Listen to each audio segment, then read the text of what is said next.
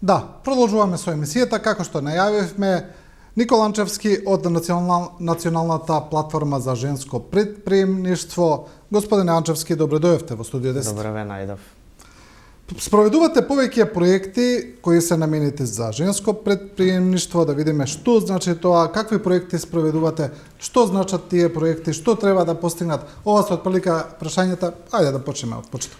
Вака, ова е проект, како што рековте, Национална платформа за женско предприемништво, кој што во нашата држава се почна да се имплементира уште од 2019 година и се спроведува од страна на Сдруженијето на бизнис жени, Фондацијата МИР и Сојузот на стопански комори на Македонија со финансиска поддршка од Европската унија. Проектот е актуелен од тогаш, а сега е веќе во завршна фаза по сите овие години. Да, можете ли да ни објасните детали за проектот, што значи, како се имплементира, како се спроведува, кои се целите? Имено целта на проектот е да се зајакнат капацитетите на граѓанските организации за креирање јавни политики, како и застапување на женските организации на женското предприемништво преку создавање единствена платформа како инструмент преку кој што ќе функционираат сите жени и ќе најдат секаква помош што им е потребна на едно место. Всушност, формирањето на Националната платформа како основа на проектот представува уникатен пример за обезбедување поддршка на жените при водењето на бизнисот со информации и услуги, како што реков веќе, на едно место.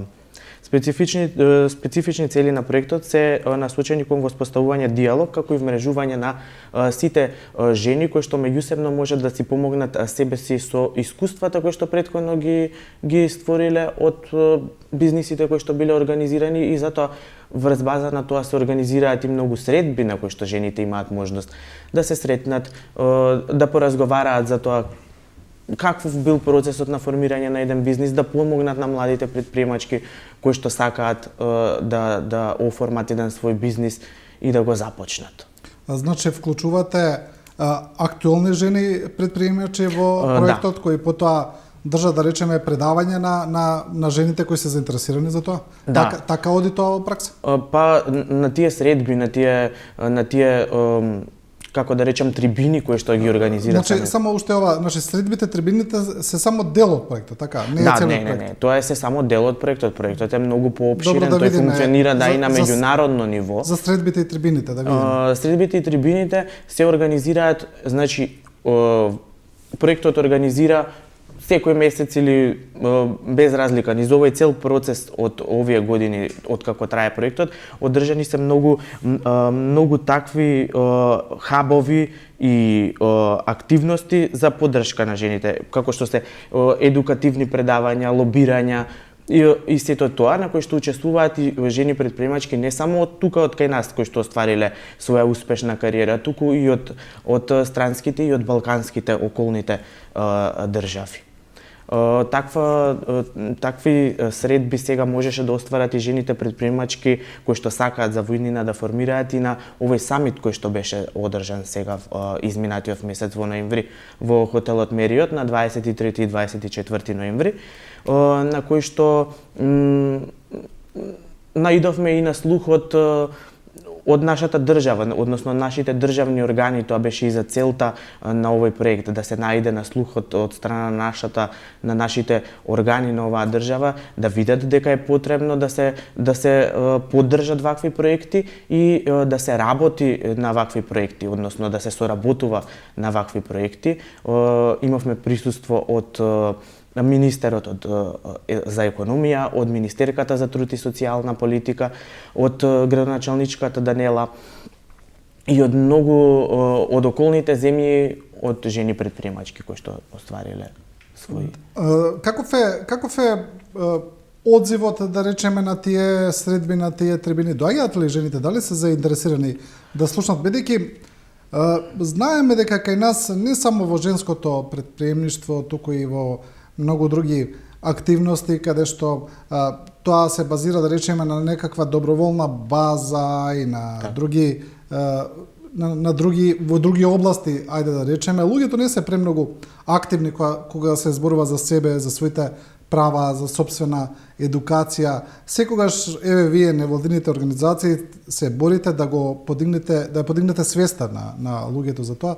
Па за тоа ве прашувам колку жените се заинтересирани, колку доаѓаат, колку се анимираат во ова? Точно, како одзив и како овој трет самит кој што се одржава изминатиот месец, како што споменав, за разлика од претходните години, оваа година бевме презадоволни од одзивот од страна на жените кои што се појавија на самиот самит и имавме сигурно повеќе од 250 гости присутни на овој самит, што беше бројка што можеби еве да речам и не ја очекувавме, но секако тоа беше позитивна нишка на сето ова. Секако дека во нашата држава се уште жените според статистиките се соочуваат со еден стереотип од типот нели на ова женско предприемништво, но бројките се значително намалени и подобрени за разлика од претходните години и годините наназад, каде што жените многу повеќе се соочувале со такви проблеми за околу стереотипното гледање на предприемништвото, на женското предприемништво. Кои се стереотипите? Како гледаат на тоа?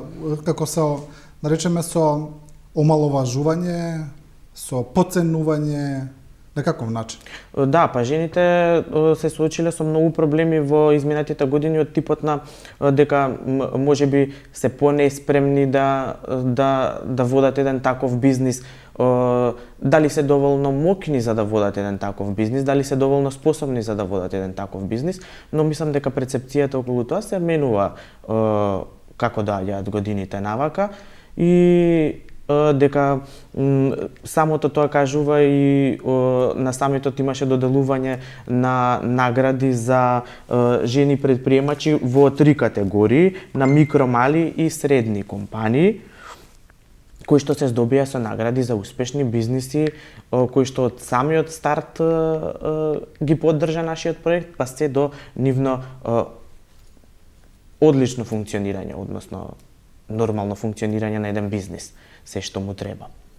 Дали потоа проектот има некаков фидбек од овие од жените кои се на некој начин кои се едуцираат, кои се обучуваат, тие што добиваат награди, дали потоа се следи некако тоа за да се добие еден континуитет во активностите? Најголемата награда за нашиот проект е успешното функционирање на бизнисот. Морам да напоменам дека да не заборавам дека овој проект е застапен низ цела Македонија, односно во сите региони од нашата држава. Јас сум амбасадор само за Скопскиот регион, но ова е застапено и за сите региони во нашата држава.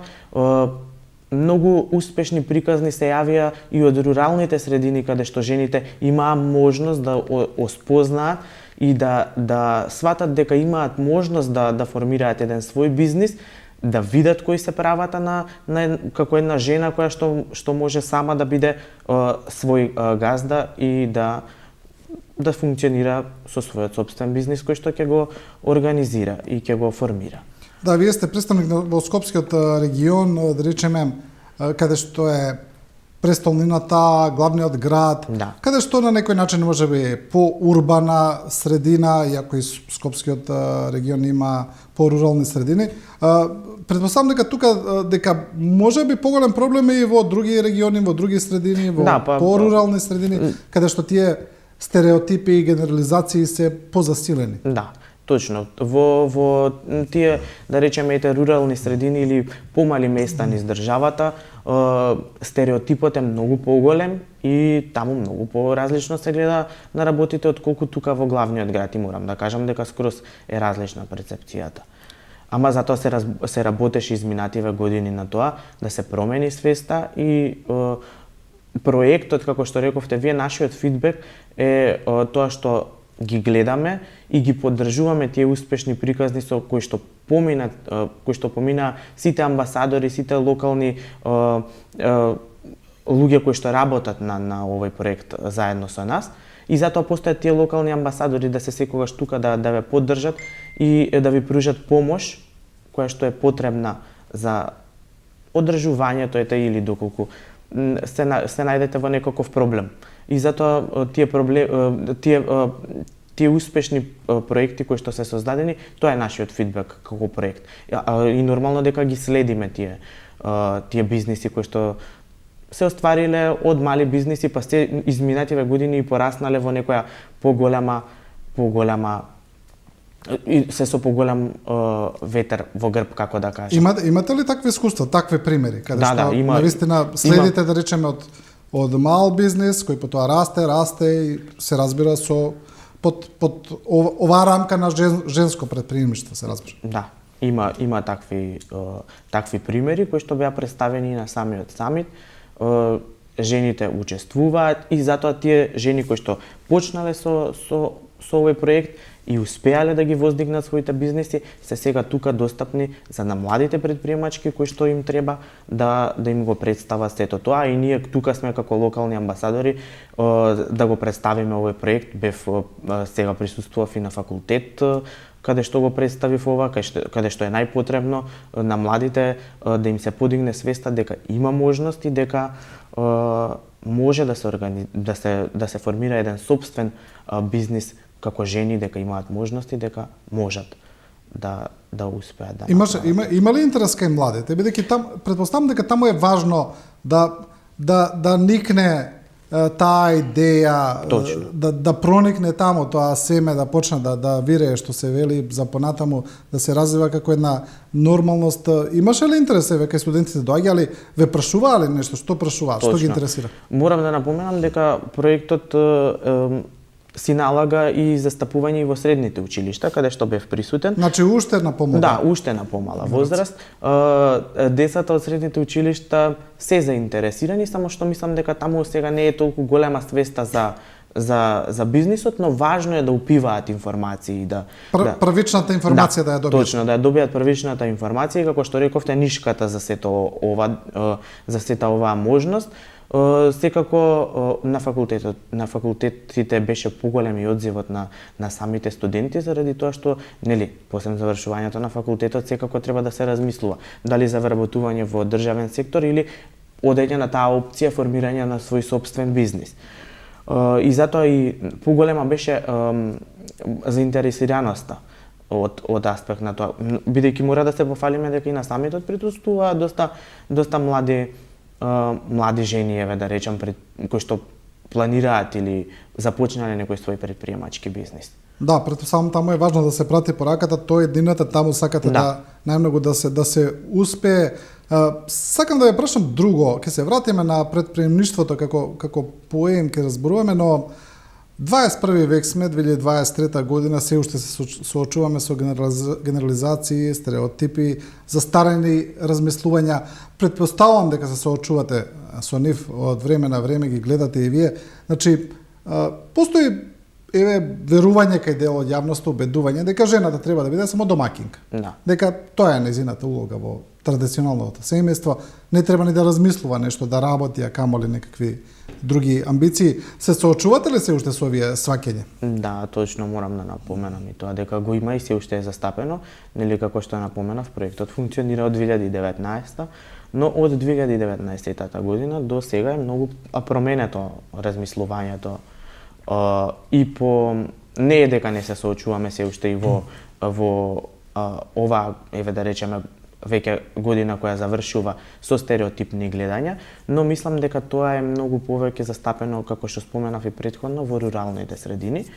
А тука пробуваме и преку самата национална платформа и вака преку ова представување на јавноста, преку овозможувањето на телевизиите, радијата за представување на проектот, тука гледаме и да помогнеме да се свати суштината на тоа дека не е сето тоа, да нема поделби едноставно во машкото и во женското предприемништво.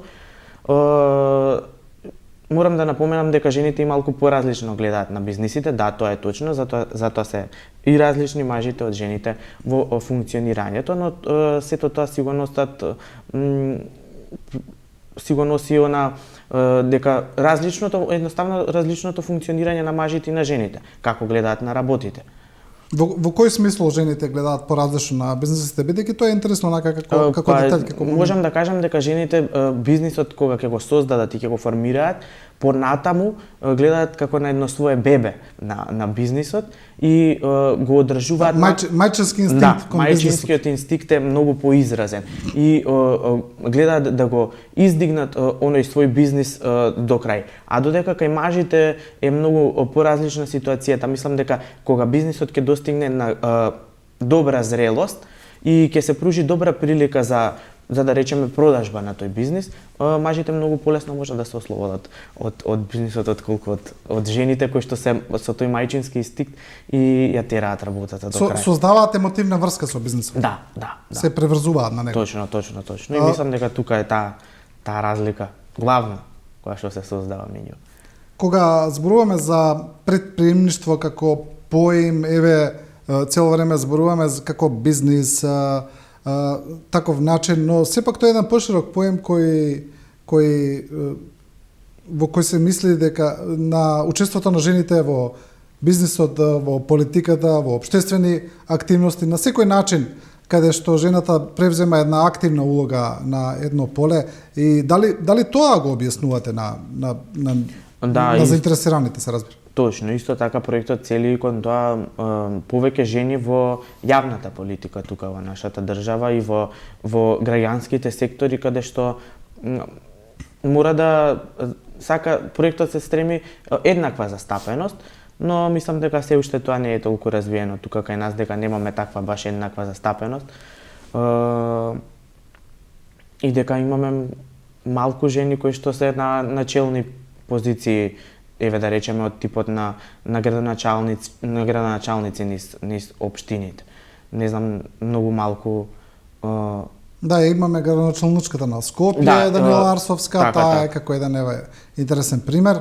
На Скопска општина немаме ни еден друг градоначалник, низ Македонија многу малку градоначалнички и во минатото и сега во владата не постои правична застапеност на жени и мажи исто така, во собранието исто така.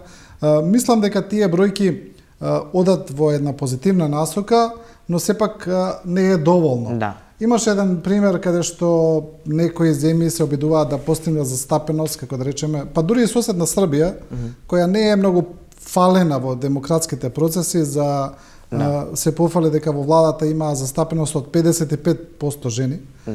Така да кај нас некако тоа се уште како политиката да се смета за машка професија.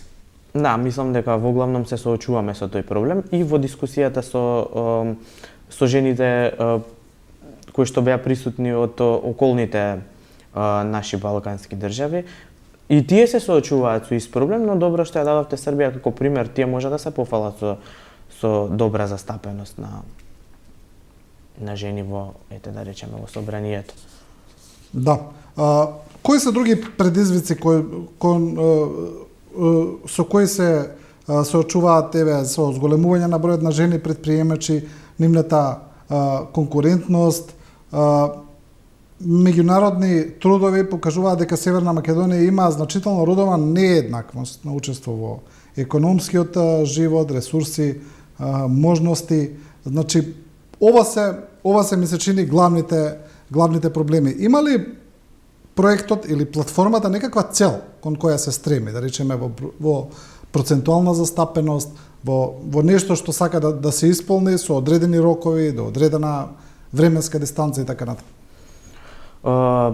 Проектот цели во главном за формирањето и успешноста на бизнисот од страна на жените, но и за доведувањето на некоја процентуална, да речеме, еднаквост во машките и женските бизниси, иако мислам дека сега низ годиниве тоа не беше најлесно да се постигне, но се постигна некое покачување на бројката на женски предприемачки за да се стигне до некоја задоволителна, да речеме, разлика измеѓу тие две, машко и женско предприемништво. Постои конкурентност, исто како што постои во секој бизнис, ќе постои во бизнисот кај жените конкурентност, но мислам дека перцепцијата кај жените е малку поголема во однос на поддршката едни према други.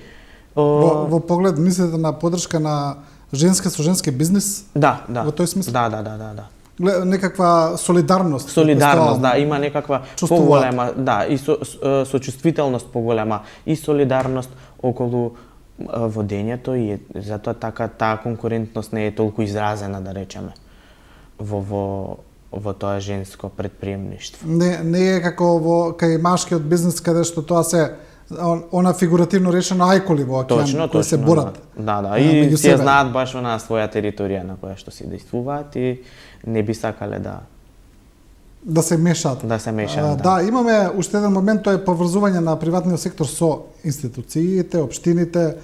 Како тоа придонесува за предприемничка свест, за подигнувањето? Нормално дека и тоа е многу важно за самото предприемништво и во тоа учествуваше самиот проект, значи за поврзување на граѓанските организации со приватниот сектор и институциите, каде што сите заедно ќе се формираат и ќе действуваат многу поефикасно и поактивно сите заедно.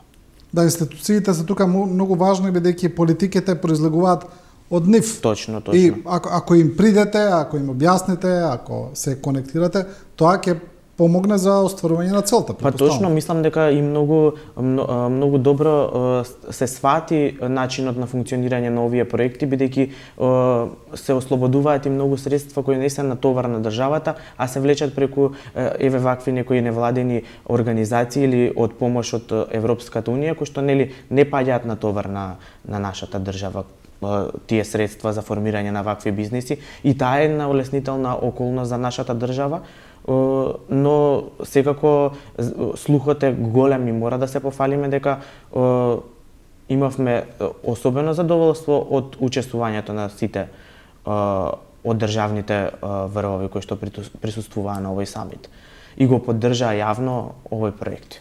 Добро, и за крај кои се следни активности, што планирате, имаме ли нешто што знаеме во блиска иднина? Овој проект е веќе во завршна фаза, но нема да остане само нова, ќе се формираат, претпоставувам, и нови проекти кои што ќе бидат одобрени од страна на нашата влада и на Европската, со поддршка на Европската унија. Сдруженијето на бизнис жени останува секогаш тука отворено за да им помогне на овие млади предприемачки кои што сакаат да го започнат својот бизнис и тие може да се информираат на нашите платформи кои што се достапни нели кога ќе го искуцаат ова национална платформа за женско предприемништво, може да дојдат до сајтот и од таму да се поврзат со останатите линкови кои што се потребни за информирање. Добро, благодарам Никола Анчевски, амбасадор за женско предприемништво за Скопскиот регион, Национална платформа за предприемништво. Ви благодарам за учество во емисијата. Се надевам дека кога ќе имаме некои нови активности, нов апдейт, повторно ќе разговарам. Ви благодарам за одвоеното време и би искористил приликата да ја поздравам Валентина Дисовска, која што е преседател на овој проект за Националната платформа за женско предприемништво и се надевам се гледаме во некоја друга прилика за некои уште поубави работи и ви благодарам. Да, ви благодарам уште еднаш и почитувани, со овој разговор го завршуваме и ова Студио 10. Ви благодариме на вниманието и на довербата. Се разбира, останете со програмата на Телевизија 24.